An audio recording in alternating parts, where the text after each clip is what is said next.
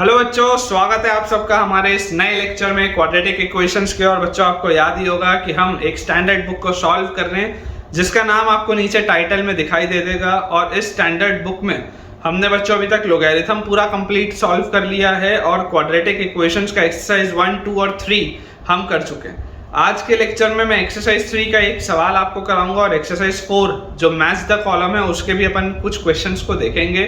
बहुत ही ज़बरदस्त बच्चों ये लेक्चर होने वाला है। और मैं ये देख पा रहा हूँ कि देखिए इसमें बहुत सारे बच्चे ऐसे भी होते हैं जिन्हें पहले थ्योरी स्ट्रॉन्ग करने की ज़रूरत होती है, जो क्वेश्चन प्रैक्टिस बाद में करना चाहते हैं। तो अगर आपको ऐसा लगता है कि आपकी थ्योरी थोड़ी सी कमज़ोर है तो आप इस प्लेलिस्ट को रेफ़र करिए। इस प्लेलिस्ट में वो सारे कंसेप्ट मैंने आपको कंप्लीट करवाए हुए हैं जो जेई के लिए रेलेवेंट है। अगर आप एक IIT जेई एस्पिरेंट हैं तो ये सारे कंसेप्ट्स आपको आने चाहिए क्वाड्रेटिक इक्वेशंस में। और इस प्लेलिस्ट का जो लिंक है वो आपको नीचे डिस्क्रिप्शन बॉक्स में भी मिल जाएगा। तो आप जल्दी से एक बार अपनी थ्योरी को स्ट्रॉन्ग कर लें। और अगर आपको लगता है कि आपको थ्योरी अच्छे से आती है तो चलिए फिर अपने सवालों की प्रैक्टिस स्टार्ट करते हैं। बच्चों, एक्सरसाइज 3 में हमने क्वेश्चन नंबर 8 तक किया था। आज हम शुरुआत करते हैं क्वेश्चन नंबर 9 के साथ। ठीक है, तो सबसे पहले हम एक्सरसाइज 3 क्वेश्चन नंबर 9 देखते हैं। हमारे पास लिखा हुआ है कि px हमारे पास एक पॉलिनोमियल है और इस px पॉलिनोमियल हमको दिया हुआ है x raise to the power 4 minus 8x square plus 21। ठीक है, ये दिया हुआ है px पॉलिनोमियल। और हमारे पास एक पॉलिनोमियल है qy जो पॉलिनोमियल है वो हमारे पास दिया हुआ है y square minus 6y plus 10। y square minus 6y plus 10 ये अपने पास दिया हुआ है। इसके बाद बच्चों बोला जा रहा है कि x और y जो है वो रियल नंबर्स, x और y जो है वो रियल नंबर है।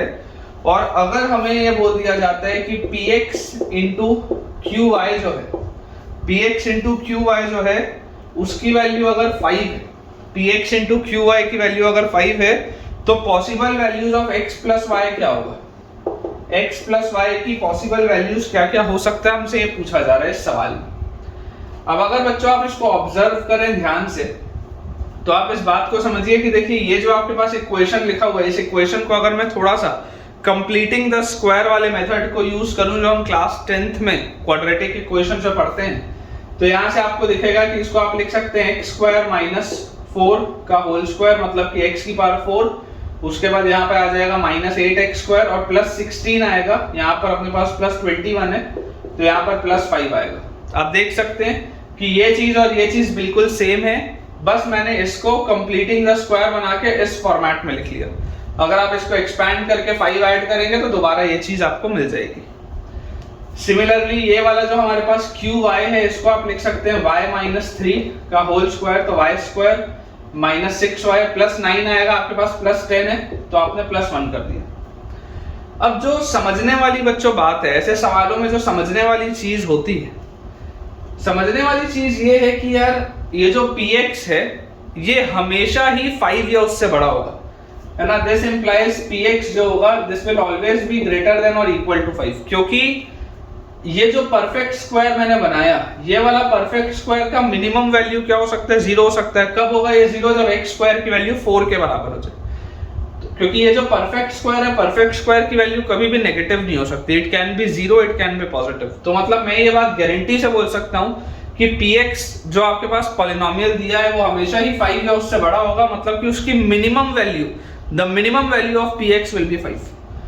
सेम लॉजिक में यहाँ पर बोलूं तो यहाँ से आप बोल सकते हैं कि qy भी जो होगा, qy भी 100% 1 या उससे बड़ा होगा, क्योंकि ये वाला भी जो परफेक्ट स्क्वायर है, ये वाला भी परफेक्ट स्क्वायर हमेशा ही या तो 0 होगा या पॉजिटिव होगा, मतलब ये जो पूरा आपके पास qy है ये भी हमेशा ही ग्रेटर देन इक्वल टू 1 होगा। तो जो इंपॉर्टेंट चीज है वो ये है कि px इंटू qy जो होगा, px इंटू qy, अगर आप इन दोनों को मल्टीप्लाई करेंगे तो ये हमेशा ही 5 या उससे बड़ा आएगा। px इंटू qy की जो मिनिमम वैल्यू होगी वो 5 होगी। देखिए ये 5 है, ये 1 है, इसकी जो मिनिमम वैल्यू होगी वो 5 होगी, कभी भी 5 से बड़ा नहीं हो सकता। अगर आपको बोला जा रहा है कि px इंटू qy आपके पास 5 है तो जरा आप सोच के देखिए कि इसकी वैल्यू 5 कब होगी। इसकी वैल्यू 5 होगी जब px भी मिनिमम हो और जब qy भी मिनिमम, इसकी वैल्यू 5 तभी होगी। When px is also minimum and qy is also minimum। तो देखिए आप px की वैल्यू मिनिमम करने के लिए क्या हो जाएगा, x स्क्वायर की वैल्यू 4 के बराबर होगी। ये x स्क्वायर की वैल्यू जैसी 4 के बराबर होगी तो ये px की मिनिमम वैल्यू 5 आ जाएगी। x स्क्वायर की वैल्यू 4 मतलब x की वैल्यू आ गई 2 और x की वैल्यू आ गई -2। और py की वैल्यू 1 कब होगी, सॉरी qy की वैल्यू 1 कब होगी, इसकी वैल्यू 1 होगी when y will be equal to 3। जब y की वैल्यू 3 होगी तो ये वाला परफेक्ट स्क्वायर गायब हो जाएगा। तो क्लियरली हमको दिख रहा है कि x प्लस y जो होगा, x प्लस y की वैल्यू या तो 2 प्लस 3 5 होगी, या x प्लस y की वैल्यू आप देख सकते हैं -2 प्लस 3 1 होगी।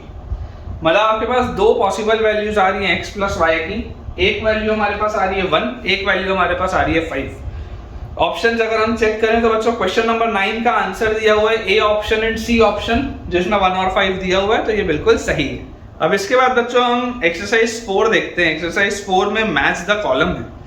तो मैच द कॉलम में जो पहला हमारे पास सवाल दिया हुआ है, इस पहले वाले सवाल के 3 पार्ट्स हैं। मैं तीनों पार्ट्स आपको एक एक करके करवाता हूँ। हमारे पास दिया हुआ है कि एक एक्सप्रेशन है y is equal to ax square plus bx plus c। Clearly आपको दिखाई दे रहा है कि ये क्वाड्रेटिक है, जिसमें कि a की वैल्यू कभी 0 नहीं हो सकती और abc जो है वो रियल नंबर है। ये अपने पास गिवन है। ये एक पैराबोला है जो x एक्सिस को कट करता है, ठीक है, और इसमें इसके रूट्स पर वो इसको कट करता है, ये अपने पास दिया हुआ है। अब इस सवाल में बच्चों जो पहला पार्ट है, इसका जो फर्स्ट पार्ट दिया हुआ है, फर्स्ट पार्ट में हमारे पास लिखा है कि अगर a की वैल्यू 1 हो और c की वैल्यू 4, अगर a की वैल्यू 1 हो और c की वैल्यू 4 हो, and if both the roots are greater than 2, if both the roots, मान लीजिए इसके रूट्स हैं अल्फा और बीटा, तो आपको बोला जा रहा है कि अल्फा भी 2 से बड़ा है और बीटा भी 2 से बड़ा है, both the roots are greater than 2, then b can be equal to. तो b क्या होगा, b क्या होगा, आपसे ये पूछा जा रहा है कि b की पॉसिबल वैल्यूज क्या आएंगी।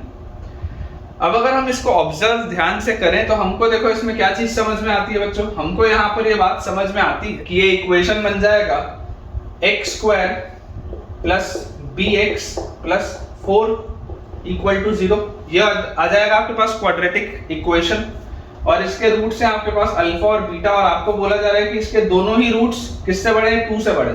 मतलब अगर ये नंबर लाइन में बनाऊं तो ये इस तरीके का आपके पास देखिए पॉसिबल एक सिनेरियो आता है जहां पर आपको दिखाई दे रहा है कि 2 से बड़े हैं दोनों रूट्स। वो दोनों रूट्स इक्वल भी हो सकते हैं, जिसमें d इक्वल टू 0 आ जाएगा, और वो दोनों रूट्स अलग अलग भी हो सकते हैं, डिस्टिंक्ट, जिसमें कि d ग्रेटर देन 0 आ जाएगा।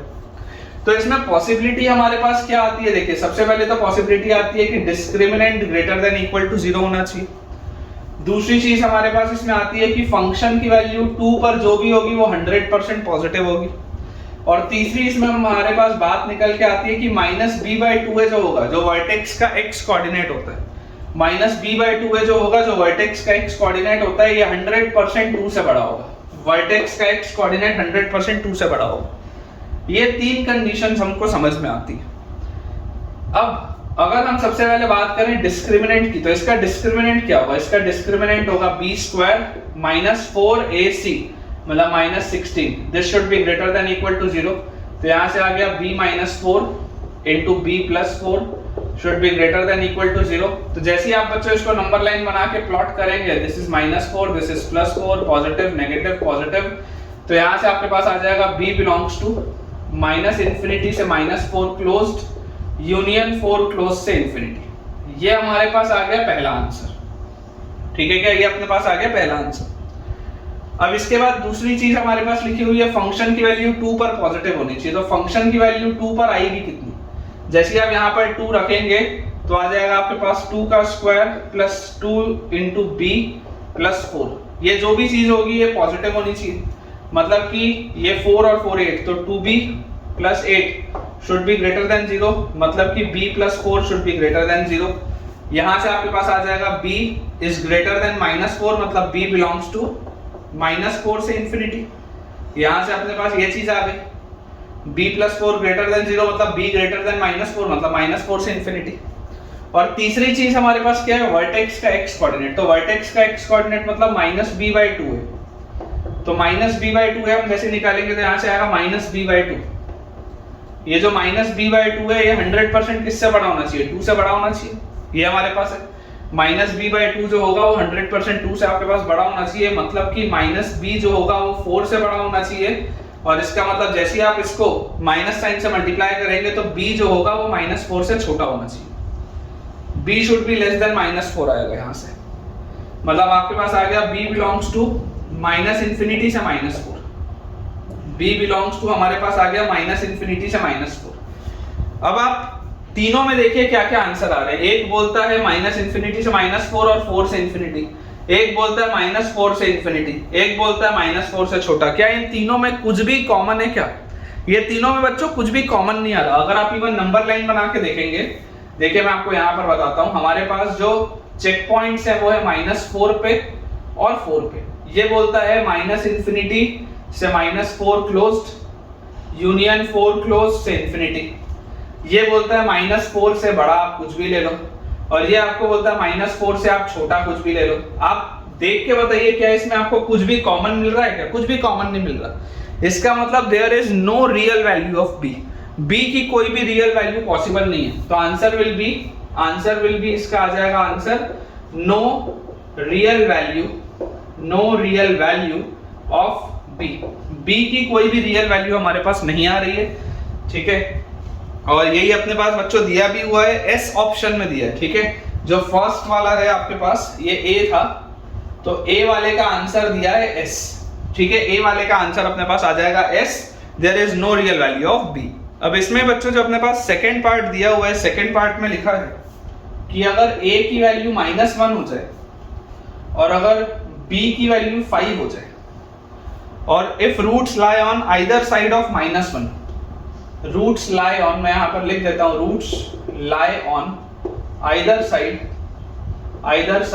ऑफ -1, मतलब -1 के इर्द गिर्द है इसके रूट्स, है ना, -1 के अलग अलग तरफ है, either sides of -1, then c can be equal to. तो c की पॉसिबल वैल्यूज क्या होंगी? तो देखिए आपके पास जो इक्वेशन हो जाएगा वो हो जाएगा -x² + 5x + c = 0, -x² + 5x + c = 0।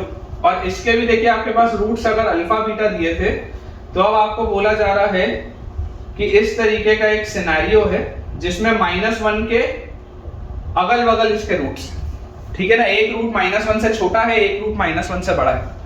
थोड़ा सा अपन ने इसको गलत बना दिया, वो इसलिए अपन ने इसको देखो गलती से वो गलत बना दिया क्योंकि यहाँ पर x² का कोफिशिएंट आपको नेगेटिव दिख रहा है। तो अगर x² का कोफिशिएंट नेगेटिव दिख रहा है, इसका मतलब ये माउथ ओपनिंग डाउनवर्ड्स पैराबोला होगा, इस तरीके का सिचुएशन होगा। यहाँ पे -1 आएगा, एक रूट -1 से बड़ा है, एक रूट -1 से छोटा है। ये हमारे पास सिनेरियो है। अब क्लियरली बच्चों लोकेशन ऑफ रूट्स में हम ये बात पढ़ के आते हैं कि ऐसे वाले सिचुएशन में डिस्क्रिमिनेंट तो ग्रेटर देन 0 होता ही है, उसको अलग से चेक करने की जरूरत नहीं होती, क्योंकि आप यहाँ पर बोलेंगे कि फंक्शन की वैल्यू -1 पर पॉजिटिव है। फंक्शन की वैल्यू अगर आप -1 पर पॉजिटिव बोलेंगे तो इसको अलग से चेक करने की जरूरत नहीं होती, और है ना ये यूजलेस हो जाता है चेक करना। और -b/2 है जो वर्टेक्स का x कोऑर्डिनेट होता है, ये भी इररिलेवेंट हो जाता है चेक करना। ये लोकेशन ऑफ रूट्स की थ्योरी में मैंने आपको बताया हुआ है, प्लेलिस्ट में आप जाके एक बार चेक करें। इसमें जो नेसेसरी हमको कंडीशन चेक करनी है वो सिर्फ ये चेक करनी है कि फंक्शन की वैल्यू -1 पर क्या होगी, तो पॉजिटिव होगी। ये इररिलेवेंट है, ये भी इररिलेवेंट है। तो जैसे ही आप फंक्शन की वैल्यू -1 पर निकालेंगे तो फंक्शन की वैल्यू -1 पर हमारे पास आ जाएगी माइनस टाइम्स ऑफ -1 का square plus 5 times of -1 plus c। ये पॉजिटिव होना चाहिए, मतलब ये आ गया -1 - 5 plus c should be greater then 0, मतलब c की वैल्यू आ गई 6 से बड़ी। बहुत आसान से ये सवाल हो गया, c की वैल्यू हमारे पास आ गई 6 से बड़ी। तो आपको बोला जा रहा है पॉसिबल वैल्यूज ऑफ c की पॉसिबल वैल्यूज क्या होंगी। तो हमारे पास ऑप्शन बच्चों q जो है, q ऑप्शन में दिया हुआ है 8, और r ऑप्शन जो दिया है, r ऑप्शन में दिया हुआ है 10। ये दोनों ही अपने आंसर हो जाएंगे। अगर c की वैल्यू 6 से बड़ी होनी चाहिए, मतलब c की वैल्यू 8 और 10 दोनों हो सकती है। तो जो सेकंड वाला अपने पास है बच्चों b ऑप्शन, b वाले का आंसर आ जाएगा q एंड r, ठीक है। पहले वाले का ऑप्शन s था, b वाले का ऑप्शन अपने पास आ जाएगा q एंड r। अब बच्चों इसका लास्ट अपने पास जो दिया हुआ है c पार्ट में अपने पास लिखा है कि अगर मान लीजिए b की वैल्यू होती है 6 और c की वैल्यू अगर होती है 1, b की वैल्यू 6 और c की value 1, and if one root is less than -1, एक रूट जो है वो -1 से छोटा है and the other root is greater than -half, beta जो है second root that is greater than -half, तो पॉसिबल वैल्यू ऑफ ए क्या होगी, ये अपने पास सवाल है। ठीक है, अब इस बात को आप अगेन बच्चों समझिए कि यहां से आपके पास इक्वेशन क्या हो जाएगा, ax² + 6x + 1 = 0, और इसके आपके पास दो रूट्स हैं अल्फा और बीटा।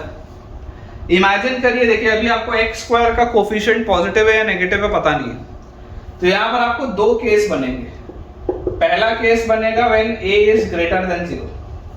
अगर x² का कोफिशिएंट पॉजिटिव हुआ तो ये जो ग्राफ होगा ये माउथ ओपनिंग अपवर्ड्स पैराबोला होगा इस तरीके का, और इसमें आपको दिख रहा होगा कि ये जो दो रूट्स हैं, ये जो दो रूट्स हमारे पास हैं उसमें एक रूट जो है वो -1 से छोटा है और दूसरा रूट जो है वो -हाफ से बड़ा है। तो -हाफ यहाँ पर कहीं पे होगा, तो ये दूसरा रूट है जो कि -हाफ से बड़ा है, और ये पहला रूट है जो -1 से छोटा है। ये नंबर लाइन पे अपन इस तरीके से बनाएंगे। क्लियरली मुझे इसमें दिखाई दे रहा है कि अगर इस तरीके का सिचुएशन मेरे पास आता है जिसमें मैंने a ग्रेटर देन 0 अज्यूम किया है, तो ऐसे वाले सवाल में लोकेशन ऑफ रूट्स हमें साफ बताता है कि डिस्क्रिमिनेंट ग्रेटर देन 0 चेक करना इररिलेवेंट है, वर्टेक्स का x कोऑर्डिनेट चेक करना इररिलेवेंट है। जो नेसेसरी चीज है चेक करना, जो नेसेसरी चीज है चेक करना वो ये है कि फंक्शन की वैल्यू -1 पर नेगेटिव होनी चाहिए और फंक्शन की वैल्यू -हाफ पर भी नेगेटिव होनी चाहिए। दोनों में ही फंक्शन की वैल्यू नेगेटिव होनी चाहिए। अगर हम सबसे पहले फंक्शन की वैल्यू -1 पर निकालें तो -1 पर फंक्शन की वैल्यू क्या हो जाएगी, a -6 + 1, this should be less than 0, मतलब a -5 should be less than 0, मतलब a should be less than 5। सबसे पहली चीज तो ये आ गई। ठीक है, सबसे पहली चीज तो ये आ गई। फंक्शन की वैल्यू अगर मैं -हाफ पे निकालूं तो -हाफ पे बच्चों फंक्शन की वैल्यू मेरे पास आ जाएगी -हाफ पे a/4, -हाफ पे हमारे पास आ जाएगा -3 + 1, this should be again less than 0, तो यहां से आ गया a/4 और ये आ गया -2 उधर जाएगा तो शुड बी लेस देन 2, मतलब a should be less than 8। ये हमारे पास देखो सिचुएशन आती है। अब ये बोलता है a को 5 से छोटा लो, ये बोलता है a को 8 से छोटा लो, तो ऑब्वियसली आप कौन सा लेंगे, 5 से छोटा वाला लेंगे जिसमें ये भी सेटिस्फाई हो जाए, ये भी सेटिस्फाई हो जाए। But at the same time a जो था वो 0 से बड़ा था, तो इस केस का आंसर आपके पास क्या आया, a बिलोंग्स टू 0 से 5, क्योंकि आपने 0 से बड़ा लिया था और 5 से आप छोटा ले रहे हैं, तो इस केस का आंसर हमारे पास आता है 0 से 5। ये हो गया केस 1। अब अगर मैं बात करूं केस 2 की, केस 2 में अगर बच्चों हम बोलते हैं कि अगर मान लीजिए a जो है वो 0 से छोटा है, if a is negative, let us suppose if a is negative, तो अगर a नेगेटिव होगा तो ये माउथ ओपनिंग डाउनवर्ड्स पैराबोला होगा, और इसमें भी देखिए आपके पास सिचुएशन वही होगी, यहाँ -1 है, यहाँ कहीं पे -हाफ है, एक रूट -हाफ से बड़ा है, दूसरा रूट -1 से छोटा है, यही बोला जा रहा है अपने को। तो इस केस में भी जो नेसेसरी कंडीशन है सॉल्व करने की, वो डिस्क्रिमिनेंट ग्रेटर देन 0 सॉल्व करना इररिलेवेंट है, वर्टेक्स का x कोऑर्डिनेट सॉल्व करना इररिलेवेंट है। इंपॉर्टेंट चीज क्या है, इंपॉर्टेंट चीज है फंक्शन की वैल्यू -1 पर पॉजिटिव होनी चाहिए, फंक्शन की वैल्यू -हाफ पर पॉजिटिव होनी चाहिए। अब देखो इसको पूरा सॉल्व करने की जरूरत नहीं है, यहाँ पर आपने ऑलरेडी चीजें निकाली हुई। फंक्शन की वैल्यू -1 पर आपके पास कितनी आ रही थी, फंक्शन की वैल्यू -1 पर आपके पास आ जाएगी बच्चों, यहाँ से देखेंगे तो a -5 आ रहा है, मतलब a -5 पॉजिटिव होना चाहिए, तो यहाँ से a की वैल्यू आ गई 5 से बड़ी, और फंक्शन की वैल्यू अगर आप -हाफ पे निकालेंगे तो -हाफ पे इसकी वैल्यू देखो कितनी आ जा रही है, a/4 -2, ये आपके पास आ जा रहा है a/4 -2, ये भी पॉजिटिव होना चाहिए, तो यहाँ से आपके पास आ जाएगा a should be greater then 8। अब देखो ये बोल रहा था 5 से बड़ा लो, ये बोल रहा है 8 से बड़ा लो, मतलब ऑफ कोर्स आप लेंगे क्या, a को 8 से बड़ा लेंगे, लेकिन आपका a होना क्या चाहिए था, a तो आपका नेगेटिव होना चाहिए था, आंसर आपके पास 8 से बड़ा आ रहा है, a तो नेगेटिव होना चाहिए था, तो ये वाला आपके पास क्या हो जाएगा, रिजेक्ट हो जाएगा, यहाँ से आपको कोई सॉल्यूशन नहीं मिलेगा। केस 2 से देयर इज नो सॉल्यूशन। क्यों नो सॉल्यूशन, क्योंकि a को 0 से छोटा होना चाहिए था, नेगेटिव होना चाहिए था, लेकिन a तो 8 से बड़ा आ रहा है। इसका मतलब इकलौता जो आपको सॉल्यूशन प्रोवाइड हो रहा है वो कहाँ से हो रहा है, केस 1 से हो रहा है। तो केस 1 से जो मुझे सॉल्यूशन प्रोवाइड हो रहा है वही मेरा फाइनल आंसर भी होना चाहिए। तो a की पॉसिबल वैल्यूज आ जाएंगी 0 से 5। अब अगर हम ऑप्शंस चेक करें तो 0 से 5 में हमारे पास सिर्फ एक ऑप्शन है, that is option P। Option P हमारे पास दिया हुआ है 4, ठीक है, तो a की पॉसिबल वैल्यू 4 हो जाएगी और ये बेटा बिल्कुल अपन ने सही सॉल्व भी किया है। तो ठीक है बच्चों, विद दिस हम अपने आज के लेक्चर के एंड पे पहुंच चुके हैं। मुझे पूरी उम्मीद है कि आपको ये जो दोनों सवाल हमने किए हैं बहुत बढ़िया तरीके से समझ आए होंगे। और इतने सारे देखिए लेक्चर्स डेडिकेट करने के पीछे की वजह बहुत सिंपल सी है कि एटलीस्ट जो बच्चे पढ़ना चाहते हैं, जो बच्चे इंटरेस्टेड हैं, उनका फायदा हो। ठीक है ना, जो बच्चों को नहीं पढ़ना उससे बहुत ज्यादा फर्क नहीं पड़ रहा है, लेकिन एटलीस्ट जो बच्चा पढ़ना चाहता है, जिसको क्वालिटी कंटेंट चाहिए, उसको इस चैनल में सब कुछ मिले, यही मेरा प्रयास है। तो अगर आपको आज का लेक्चर अच्छा लगा हो तो जल्दी से इस वीडियो को लाइक करें, चैनल को सब्सक्राइब करें और अपने सारे फ्रेंड सर्कल में इस वीडियो को और इस चैनल को शेयर करें, ताकि उन सबकी पढ़ाई बहुत बढ़िया तरीके से हो पाए। Thank you.